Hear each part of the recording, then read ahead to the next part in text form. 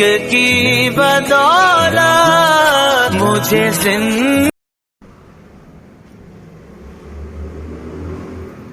السلام علیکم ورحمۃ اللہ وبرکاتہ۔ الحمدللہ الذی وکفی والصلاة والسلام علی عبادہ الذین اصطفی، اما بعد، اعوذ باللہ من الشیطان الرجیم، بسم اللہ الرحمن الرحیم، قل لا اسألکم علیہ اجرا الا المودۃ فی القربى، صدق اللہ العظیم۔ محترم سامعین و ناظرین، اللہ رب تبارک و تعالیٰ کا لاکھ لاکھ شکر و احسان ہے کہ رب العالمین نے اپنے فضل و کرم سے حضور علیہ الصلوۃ والسلام کی امت میں ہمیں پیدا فرمایا۔ یقیناً یہ ایسا بڑا شرف اور ایسی بڑی عزت ہے کہ ہم اس اللہ کے انعام پر جتنا بھی شکر ادا کرے کم ہے۔ آج اللہ رب تبارک و تعالیٰ نے ہمیں محرم الحرام کی نسبت سے آپ کے ہمارے درمیان میں مولانا حافظ شیخ فیروز نقشبندی صاحب کے توسط سے اور تحریک اصلاح اعمال کے زیر اہتمام چلائے جانے والے اس پروگرام کے ذریعے سے آپ کے سامنے حاضر آنے کا موقع ملا ہے۔ یقیناً یہ بھی بڑی سعادت کی بات ہے کہ ذکر اہل بیت کی نسبت سے آپ کے سامنے حاضر آیا ہوں، اور مولانا فیروز نقشبندی صاحب کی یہ خدمت کو اللہ تعالیٰ قبول فرمائے، اور اس خدمت کو اللہ تعالیٰ خوب عام سے عام فرمائے، اور یہ علمی، دینی، مذہبی اور عقیدہ اہل سنت کے تحفظ کے سلسلے میں جو خدمت انجام دی جا رہی ہے، اللہ تعالیٰ اس کو خوب تقویت عطا فرمائے۔ اللہ سے دعا ہے کہ اللہ تعالیٰ ان کا ساتھ دینے والوں کو اور ان کی ساری ٹیم کو اللہ تعالیٰ صحت و عافیت کے ساتھ اس کام میں خوب بڑھ چڑھ کر حصہ لینے کا موقع نصیب فرمائے۔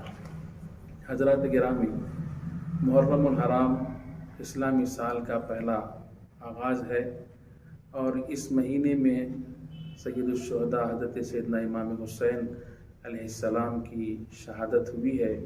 یوں تو بہت سی شہادتیں ہوئی ہیں، لیکن یہ جو شہادت ہے ایسی شہادت ہے کہ کربلا کے واقعے کو، کربلا کے حالات کو کسی شاعر نے اس اندازے میں خاکہ کھینچا ہے کہ گھناؤ نہ جنگل ہے رات اندھیری، گھناؤ نہ جنگل ہے رات اندھیری، ستارے بھی کچھ جھلملا رہے ہیں، پڑے ہیں ریتی پہ چند لاشیں جو اپنا غم آپ کھا رہے ہیں، پڑے ہیں ریتی پہ چند لاشیں جو اپنا غم آپ کھا رہے ہیں، شکستہ ہتھیار کچھ پڑے ہیں، شکستہ ہتھیار کچھ پڑے ہیں کہ لوگ شاید یہاں لڑے ہیں، لڑے تو وہ ہوں گے جو بڑے ہیں، نظر تو بچے بھی آ رہے ہیں، لڑے تو وہ ہوں گے جو بڑے ہیں، نظر تو بچے بھی آ رہے ہیں،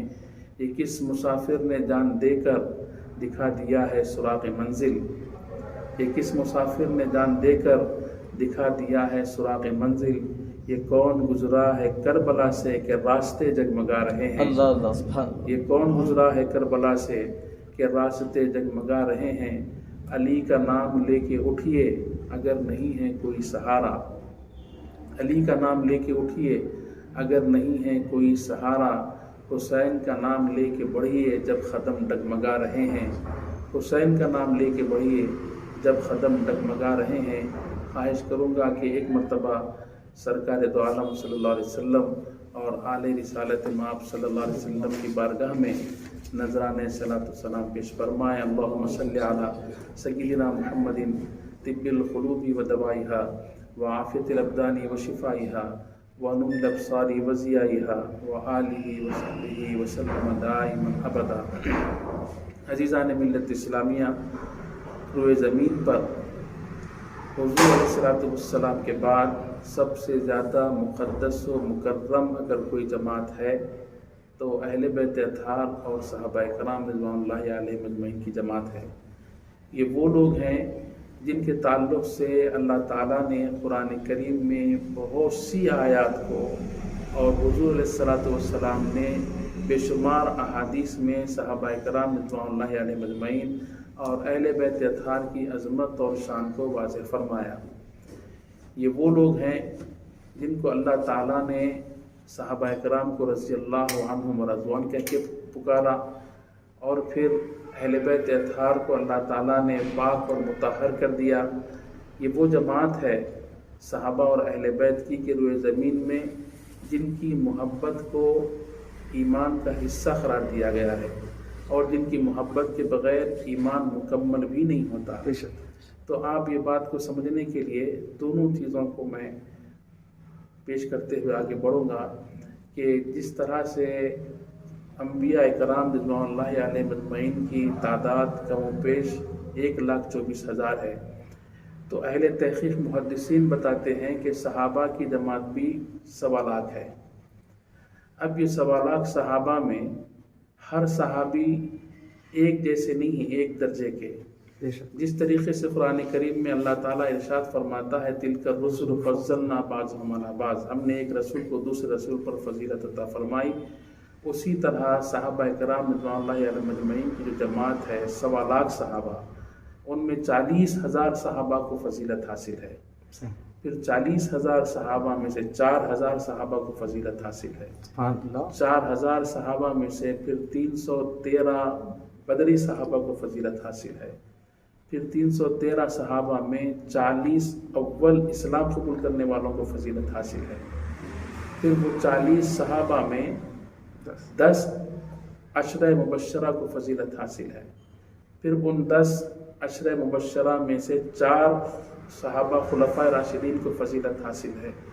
اب ان کے جو مقام اور مرتبے ہیں سب کے الگ الگ ہیں، بے شک، لیکن میں ایک صحابی کا تذکرہ کرتے ہوئے اپنی بات کو آگے بڑھاؤں کہ ایک صحابی ہے جن کے تعلق سے نام بھی معلوم نہیں تھا، تو ہمارے جامعہ نظامیہ کے عظیم فرزند حضرت پروفیسر ڈاکٹر سید عطاء اللہ حسینی صاحب ملتانی رحمۃ اللہ علیہ نے ایک مرتبہ مجلس میں فرمایا کہ وہ صحابی کا نام حضرت اسود راہی ہے۔ راہی کا مطلب راستہ چلنے والے۔ تو ایک ایسے صحابی جو حضور علیہ السلام کی خدمت میں آئے اور اسلام قبول کر لیے، اور اسلام قبول کیے تو وہ وقت ایسا تھا کہ ظہر کی نماز سے پہلے کا وقت تھا، اور جب وہ وقت ایسا تھا کہ نماز کوئی پڑھنے کا موقع ہی نہیں تھا، اور وہ اسلام قبول کیے۔ اسلام قبول کرنے کے گھنٹے 2 گھنٹے 2.5 گھنٹے زیادہ سے زیادہ 3 گھنٹے میں ان کا انتقال ہو گیا۔ اللہ، یعنی یہ وہ صحابی ہیں جن کی پیشانی لذت سجدہ سے محروم ہے۔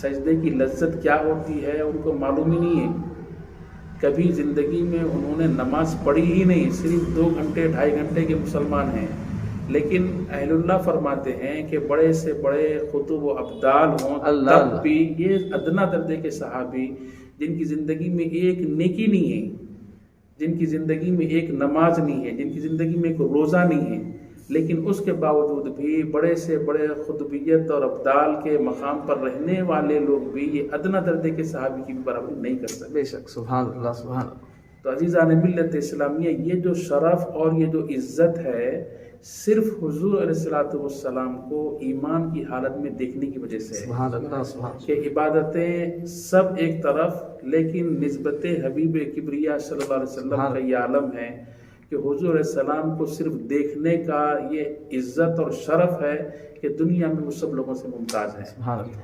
یہاں تک کہ بعض اہل اللہ فرماتے ہیں کہ عام طور پہ سمجھنے کے لیے یہ بات ہے کہ جس نے ایمان کی حالت میں نبی کو دیکھا صلی اللہ علیہ وسلم وہ صحابی۔ بے شک۔ ایک اللہ والے بزرگ نے کہا کہ دیکھنے والے تو بہت ہیں، قرآن کریم میں آیا قالت الاعراب آمنا قل لم تؤمنوا ولكن قولوا اسلمنا ولما يدخل الايمان في قلوبكم، ابھی ان کے دلوں میں ایمان ہی نہیں اترا۔ مسلمان تو بظاہر کہلاتے تھے مگر ان کے دل میں ایمان نہیں اترا۔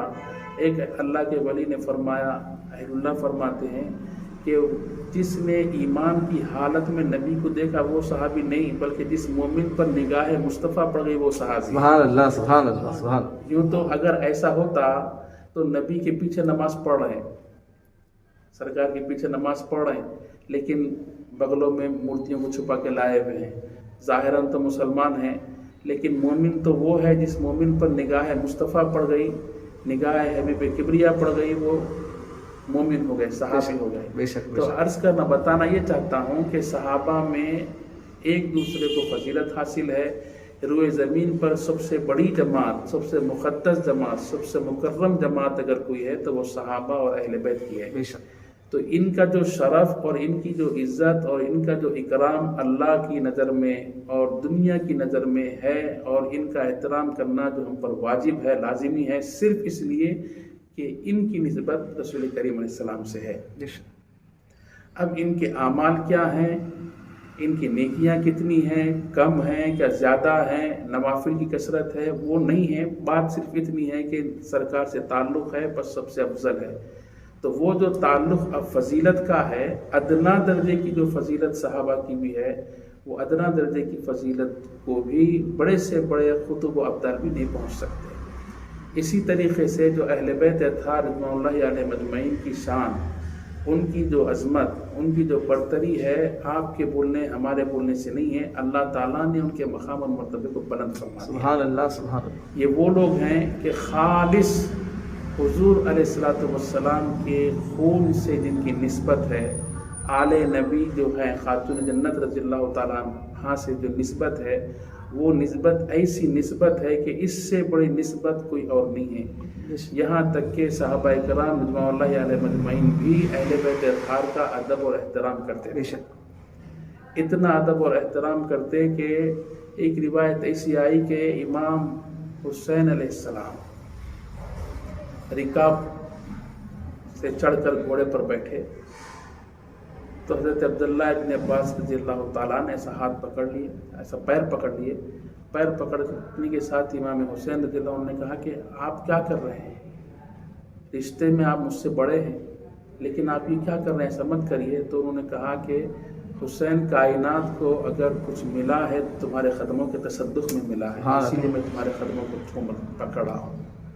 تو عزیزان ملت اسلامیہ، خاص خاتون جنت فاطمہ رضی اللہ عنہا سے جو نسبت ہے، اس نسبت کا یہ عالم ہے کہ اللہ تعالیٰ نے ان کو عظیم اور برتر اور سب سے زیادہ فضیلت والا بنا دیا۔ حضور علیہ السلام کی اولاد میں آپ کے جو شہزادے ہیں وہ ان کا بچپن میں ہی وصال ہو گیا، لیکن قرآن کریم کی ایک آیت ہے، ما کان محمد ابا احد من رجالکم ولکن رسول اللہ و خاتم النبیین من رجالکم، ہم نے آپ کو کسی مرد کا باپ نہیں بنایا۔ جیسا کہ آج آپ جانتے ہیں کہ میرے بعد میرا بیٹا، ایسا فطری بات ہے کہ انہوں نہیں تو پھر ان کے بعد پروٹوکول میں بیٹا آتا ہے، اگر میں باپ سے نہیں مل سکا تو کم از کم بیٹے سے تو مل لوں۔ لیکن یہاں پر رسالت کو ختم کرنا تھا، خاتم النبیین کا معاملہ تھا کہ اول نبی ہیں، آخر نبی ہیں، ظاہر نبی ہے، باطن نبی ہے۔ نبی کریم علیہ السلام اس وقت بھی نبی ہے، علی من کان نبیا و آدم بین الماء والطین، اس وقت بھی اللہ کے نبی فرماتے ہیں کہ جب آدم مٹی اور پانی کے درمیان میں تھے میں اس وقت بھی نبی تھا۔ پھر ایک آیت ایسی بھی ہے قرآن کریم میں، وَإِذْ أَخَذَ اللَّهُ مِيثَاقَ النَّبِيِّينَ۔ ایک بات نکتہ آ رہا مولانا، آپ غور فرمائیے کہ معراج کی رات حضور علیہ السلام نے کم و بیش 1,24,000 پیغمبروں کی امامت فرمائی مسجد اقصی میں، بیت المقدس میں۔ تو لوگ اعتراض کرتے، میرے سے بھی ہوئی یہ بات، تو بولے کہ بھائی حضرت عیسیٰ علیہ السلام، حضرت ابراہیم علیہ السلام، حضرت موسیٰ علیہ السلام، حضرت یحییٰ علیہ السلام، بے شمار پیغمبر، ایک پیغمبر کو دوسرے پیغمبر سے 500 سال، 600 سال، 700 سال، 1000 سال، حضرت ابراہیم علیہ السلام کو 4000 سال لگ بھگ، اتنا عرصہ ہے۔ اب یہ لوگ خبر میں سے اٹھ کے آئے گا، آئے پھر سرکار نماز پڑھائے۔ بعض بد عقیدہ لوگ شب معراج کو مانتے ہی نہیں، ہے ہی نہیں۔ وہ لوگ اگر نہیں مانتے تو پھر اس میں تو نماز کا تصور کیسا؟ اسی رات تو نماز ملی، صحیح. تو وہ کیا حضرت موسیٰ علیہ السلام خبر میں سے اتنے 1000 سال کے بعد اٹھ کے یہاں کے سرکار سے ملے کیا؟ بولا بھائی سب سے پہلی بات تو یہ ہے کہ خبر میں سے اٹھ کے آنا تو چھوڑ دیجئے، اب حضور علیہ السلام کے ساتھ آئے ملاقات کرے، یہ بات کو بھی 1 منٹ کے لیے بازو رکھ دیجئے. لیکن حضرت آدم علیہ السلام سے لے کر حضرت عیسیٰ علیہ السلام تک جتنے پیغمبروں کا ذکر اس سلسلے میں آ رہا ہے وہ کیا ہے کہ وہ پیدا بھی ہوئے، اپنی امت میں کام بھی کرے، اعلاء کلمت الحق کو بلند بھی کیے، دنیا سے پردہ فرمایا، اس کے بعد خبر سے آ سکتے کیا بحث ہے؟ میں نے کہا بھائی کہ اب پیدا ہی نہیں ہوئے اگر آئے بولے تو کیا کرتے آپ؟ سبحان اللہ. اللہ ہم جو چاہیں تو کچھ نہیں ہوتا، وہ جو چاہے تو کیا نہیں ہوتا. بے شک. سبحان اللہ. اللہ تعالیٰ قرآن کریم میں ارشاد فرمایا وَإِذْ أَخَذَ اللَّهُ مِيثَاقَ النَّبِيِّينَ. میثاق کا مطلب ہے کہ وعدہ لینا، عہد کرنا. تو قرآن کریم کی آیت ہے کہ اللہ تعالیٰ فرماتا ہے وَإِذْ أَخَذَ اللَّهُ مِيثَاقَ النَّبِيِّينَ لَمَا آتَيْتُكُم مِّن كِتَابٍ وَحِكْمَةٍ ثُمَّ جَاءَكُمْ رَسُولٌ مُصَدِّقًا لِّمَا مَعَكُمْ لَتُؤْمِنُنَّ بِهِ وَلَتَنصُرُنَّهُ. اللہ تعالیٰ نے ابھی کچھ دنیا کا وجود بھی نہیں ہوا، ابھی آدم علیہ السلام بھی دنیا میں نہیں آئے، آدم علیہ السلام سے لے کر عیسیٰ علیہ السلام تک خود محمد عربی صلی اللہ علیہ وسلم دنیا میں مبعوث نہیں کیے گئے. اس وقت کی بات اللہ تعالیٰ فرماتا ہے کہ میں نے پیغمبروں کی روحوں کو جمع فرمایا. وَإِذْ أَخَذَ اللَّهُ مِيثَاقَ النَّبِيِّينَ، اور ان کو جمع کر کے ان سے عہد لیا. کب؟ ابھی عیسیٰ نہیں بنے، موسیٰ نہیں بنے، یعقوب علیہ السلام یعقوب نہیں بنے، ابھی نبی کا تصور بھی نہیں ہے. لیکن نبی بننے سے پہلے، نبوت اور رسالت ان کو ملنے سے پہلے، ابھی دنیا کے وجود میں آنے سے پہلے یہ سارے پیغمبر ایک جگہ جمع ہیں. اور اللہ تعالیٰ فرماتا ہے کہ میں نے ان سے میثاق لیا، عہد لیا. کس بات کا؟ کہ ثم جاءکم رسول مصدقا لما معکم، تم نبی بنا کر بھیجے جانے والے ہو اور تمہارے بعد میں محمد عربی کو بھیجنے والا ہوں صلی اللہ علیہ وسلم. مصدقا لما معکم، تم ان کی تصدیق کرتے رہنا.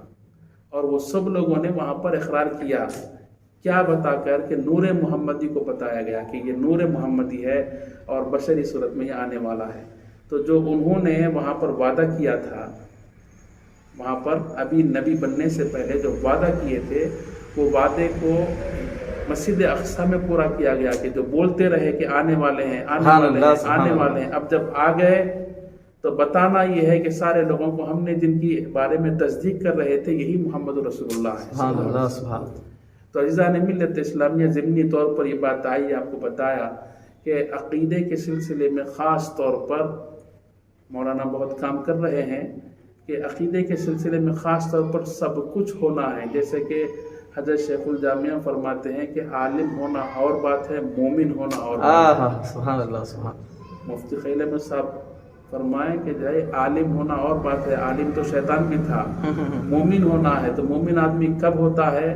رسول کریم صلی اللہ علیہ وسلم کی محبت میں ہوتا ہے. اور صرف محبت صرف کیسی ہوتی ہے کہ جہاں پر رسول کریم صلی اللہ علیہ وسلم سے محبت ہمارے لیے ایمان کے مکمل ہونے کے لیے لازمی ہے، وہیں پر اہل بیت اطہار رضوان اللہ علیہ مجمعین سے محبت بھی ایمان کے استحکام کے لیے لازمی ہے.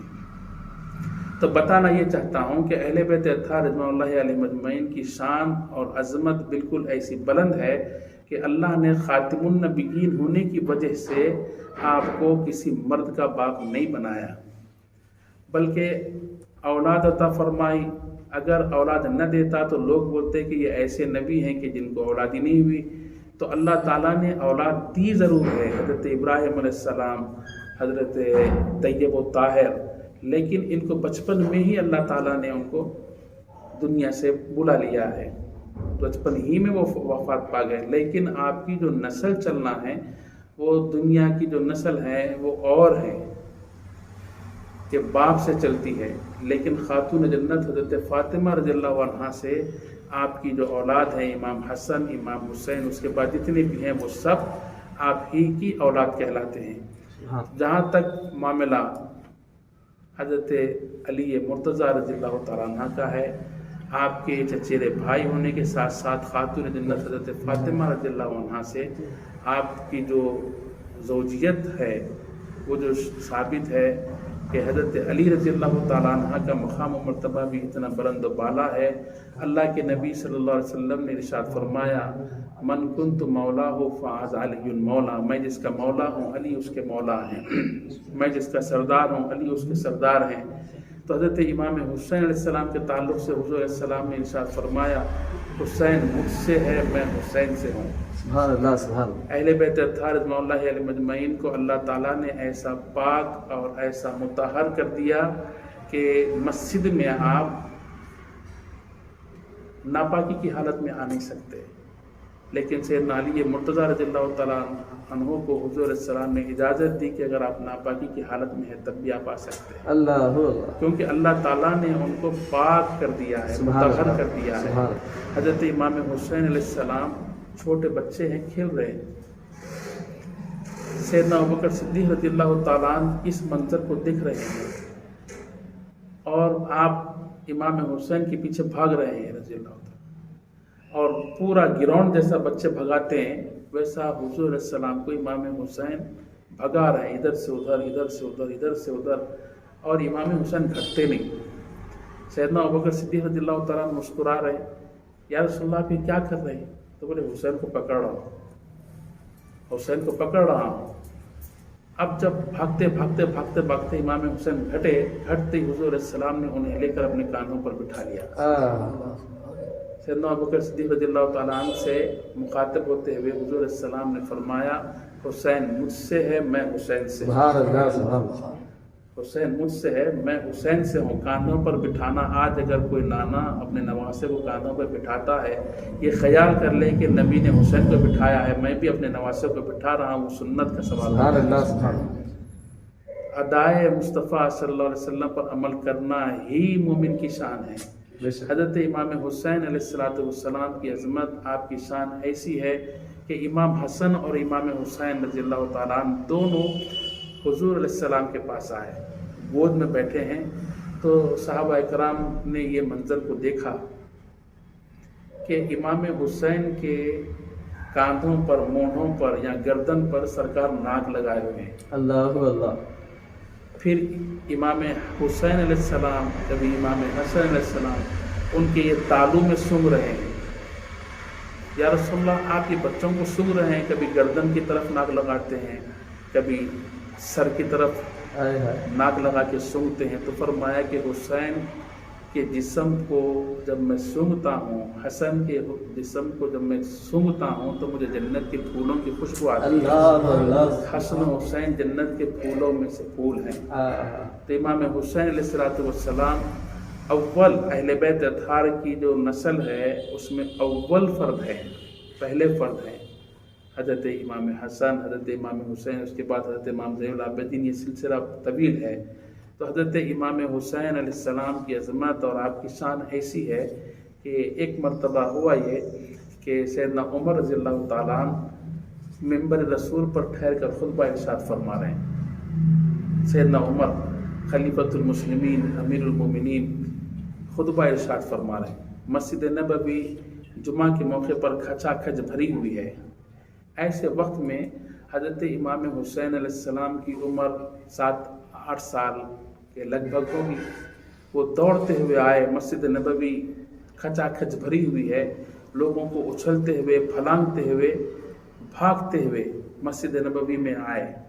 حضرت عمر رضی اللہ تعالیٰ عنہ خطبہ دے رہے ہیں۔ شاید امام حسین علیہ السلام کو اپنے نانا کی یاد آ گئی، شاید امام حسین علیہ السلام کو اپنے نانا کی یاد آ گئی۔ بھاگتے بھاگتے دوڑتے دوڑتے آئے اور پھر امام حسین علیہ السلام نے منبر کے قریب پہنچ کر حضرت عمر رضی اللہ تعالیٰ عنہ سے بالکل بے ساختگی کے عالم میں، وارفتگی کے عالم میں اور جذبات کے عالم میں کہتے ہیں، اے عمر یہ میرے نانا کا منبر ہے، یہ میرے نانا کا منبر ہے۔ حضرت عمر رضی اللہ تعالیٰ عنہ خطبہ چھوڑ کر حضرت عمر کو، حضرت امام حسین کو اپنے کاندھوں پر اٹھاتے ہیں، اپنے گود میں اٹھاتے ہیں۔ آج اگر خطیب صاحب ایسا کرے تو بولتے نماز خراب کر دی، خطبہ خراب کر دیا۔ مگر خلیفۃ المسلمین ہیں، اللہ امیر اللہ المومنین ہیں، کوئی معمولی بات نہیں ہے۔ میرے بعد اگر کوئی نبی ہوتا تو ہاں، ہاں، عمر ہاں، ہوتا، ہاں۔ جن کے تعلق سے اللہ کے نبی نے ایسی عظمت و فضیلت بیان فرمائی۔ وہ عمر رضی اللہ تعالیٰ عنہ امام حسین کو اپنے گود میں لیتے ہیں، پھر خطبہ ارشاد فرمانے سے پہلے کہتے ہیں کہ حسین میں کہاں اور یہ ممبر کہاں ہے؟ ہاں ہاں ہاں تمہارے نانا ہی کا ممبر ہے، تمہارے نانا ہی کی نسبت نے مجھے اس قابل بنایا کہ میں ممبر پہ ٹھہرنے کے قابل ہوں، ورنہ عمر کی تو کوئی اوقات نہیں۔ تو دوران خطبہ اگر امام صاحب بولے کہ میں اپنے بچے کو گود میں لے کے خطبہ دیتا ہوں، رو رہا بولتے ہم سنبھالتے، بھائی آپ خطبہ دو کہیں بھی۔ تو امام حسین علیہ السلام کو گود میں لے کے خطبہ دینے کا مطلب کیا ہے کہ حسین دین ہے۔ ہاں ہاں حضرت خواجہ میری رحمۃ اللہ علیہ نے فرمایا کہ شاہ ہست حسین، بادشاہ ہست حسین، دین ہست حسین، دین پناہ ہست حسین، سرداد نداد دست در دست یزید، حقا کے بنا لا الہ ہست حسین۔ تو عزیزان ملت اسلامیہ، حسین دین کی پناہ ہے۔ کیسی پناہ ہے کہ دین حسین کی پناہ میں آ گیا۔ کون؟ آپ ہم نہیں ہیں، حضرت خواجہ میری رحمۃ اللہ علیہ فرماتے ہیں دین حسین کی پناہ میں آ گیا۔ بے شک۔ تو امام حسین علیہ السلام کی عظمت اور آپ کی شان ایسی بلند و بالا ہے کہ اللہ تعالیٰ نے ان کو دونوں جہاں میں جن کے نام کو روشن کر دیا۔ آج لوگ کہتے ہیں کہ میدان کربلا میں امام حسین کو ترسایا گیا، پیاسا رلایا گیا، بالکل بے سہارا کر دیا گیا۔ تو ایک تاریخ ہے، اس سے انکار کیا نہیں کیا جا سکتا، مگر بات یہ ہے کہ آپ کے سمجھنے کے لیے بتا رہا ہوں کہ اگر کوئی شخص اپنے شہر سے باہر نکل گیا، اس کے جیب میں 2، 4، 5 لاکھ روپے ہیں اور ہاتھ میں آج کل تو مہنگے فون ہیں، لاکھ روپے کا فون ہے، 10، 20 لاکھ روپے کی گاڑی میں سوار ہے، چلے گیا باہر، شہر کے باہر نکل گیا۔ اب ایک ایسے مقام پر پہنچے، ایک ایسا مومنٹ ہے، ایسا سچویشن ہے کہ وہاں پر کھانے کے لیے کچھ بھی نہیں مل رہا، پانی پئیں گے وہ تو پانی نہیں ملتا۔ جب آپ سفر کے لیے نکلتے تو پھر ڈرائیور بولتا کہ یہاں پیٹرول پمپ ہے، ڈرا لینا، تو دور تک پیٹرول نہیں ملتا۔ تو پیٹرول تو چھوڑ دیجیے، کھانے پینے کی چیز بھی نہیں ملتی آپ کو۔ اس کا ہرگز یہ مطلب نہیں ہے کہ آپ کھانے پینے سے مجبور ہیں۔ ہاں ہاں ہاں آپ کے جیب میں تو 2 لاکھ پڑے ہیں، اتنا پیسہ گاڑی اور یہ سب کھول دیے تو آپ خود اتنے پیسوں سے ایک ہوٹل کھول سکتے ہیں، لیکن کھانے کے لیے مجبور ہے۔ کھانا نہیں تھا کھانے کے لیے، پانی نہیں تھا پینے کے لیے۔ یہ بات سچ ہے کہ میدان کربلا میں امام حسین علیہ السلام کو پانی کے لیے ترسایا گیا۔ ادھر دریائے فرات سے جانور پانی پی رہے ہیں، لیکن ادھر پانی نہیں پہنچایا جا رہا ہے، اور جو لوگ پانی لے کے آ رہے ہیں ان کے مشکیزے کو چھلنی کر دیا گیا تیروں سے۔ یہ بالکل اس حقیقت کا انکار نہیں کر سکتے، تاریخ ہے، مگر اس کا ہرگز یہ مطلب نہیں ہے کہ وہ مجبور ہیں۔ بے شک۔ جن کے لیے آسمان سے جنت سے میوہ آ جائے، ہاں ہاں ہاں وہ کیا پانی کے لیے ترسے؟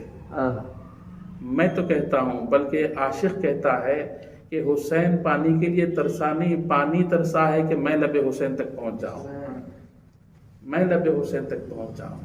ایک مقام تو ایسا تھا کہ جو ہے حضور علیہ السلام کے بارگاہ میں حضرت امام حسن، حضرت امام حسین دونوں لکھتے پڑھتے بیٹھے ہیں، تختی پہ کچھ لکھے، انہوں بھی لکھے۔ لکھنے کے بعد انہوں بولتے کہ میں اچھا لکھوں، انہوں بولتے کہ میں اچھا لکھوں۔ حضور کی بارگاہ میں آئے، آقا علیہ السلام دیکھ رہے ہیں کہ میں حسن کو اچھا بولوں تو حسین ناراض، حسین کو اچھا بولوں تو حسن ناراض۔ اسی عالم میں حضور علیہ السلام کشمکش میں ہیں۔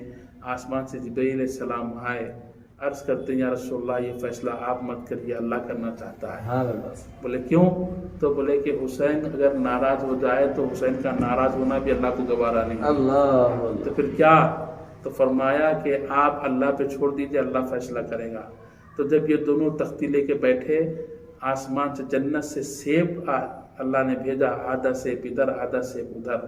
تو آپ غور فرمائیے کہ اہل بیت اطہار کی عظمت اور شان کیسی ہے، جن کے لیے آسمان جنت سے میوہ آ جائے، جن کی ناراضگی سے اللہ ناراض ہو جائے۔ آج اگر ہم ان کے بارے میں بولتے ہیں کہ انہوں حق پہ تھے یا ناحق تھے، جانا تھا نہیں جانا تھا، بعض لوگ کہتے ہیں کہ کربلا کو نہیں جانا تھا، ٹھیک ہے، حضرت امام حسین علیہ السلام جب حرم مکہ سے نکل کے کربلا جا رہے تھے تو ایسی روایتیں بھی ہے کہ ان کو جانے سے رکایا گیا. اس لیے رکایا گیا کہ اہل کوفہ نے حضرت علی رضی اللہ تعالیٰ عنہ کو پہلے سے دھوکہ دیا تھا، مگر رکانے کے بعد بھی چلے گئے. اور رکانے والے کوئی معمولی لوگ نہیں تھے، بزرگ صحابہ میں سے تھے، اکابر صحابہ میں سے، عمر رسیدہ صحابہ میں سے تھے. وہ لوگ رکائے لیکن پھر بھی چلے گئے. تو اس میں دو نقطے ہیں. ایک بات تو یہ ہے کہ جانا تھا نہیں جانا تھا ہم فیصلہ نہیں کر سکتے. اس وقت کے کیا حالات تھے، کیسا ماحول تھا، یزید کی طرف سے جو بربریت تھی، اس سب کا اندازہ آج ہم کتابوں میں پڑھ کر بڑے لوگوں سے سن کر یہ سمجھ رہے ہیں. لیکن آپ اس سے اندازہ لگائیے کہ ہماری اس مسجد میں اگر کوئی شخص برابر کپڑے پہن کے نہیں آتا تو ہم اس کو کراہت کی نظروں سے دیکھتے ہیں. یا پھر ایک شخص بیٹھے بیٹھے مسجد میں تھوک دے، نعوذ باللہ، آپ کا بھائی ہوں گا تو بولتے کیا دیوانہ ہے کیا، کہاں تھوکنا نہیں معلوم. میرے منہ پہ تھوکتا کوئی بات نہیں، لیکن اللہ کے گھر میں تھوکتا. تو آج ہم 1400 سال کے بعد اتنے ناقص الایمان ماحول میں ہم کسی مسلمان کو مسجد میں تھوکنا بھی برداشت نہیں کرتے. تو وہ زمین، وہ مقدس جگہ مسجد نبوی جہاں پر ایک نماز پڑھنا 50,000 نمازوں کا ثواب ہے، اور پھر وہ زمین، وہ مقام کون سا مقام ہے جس کے تعلق سے اہل اللہ فرماتے ہیں، شاعر کہتا ہے ادب کا ہیست زیر از عرش نازک تر. یہ وہ مقام ہے جو عرش سے بھی نازک ہے.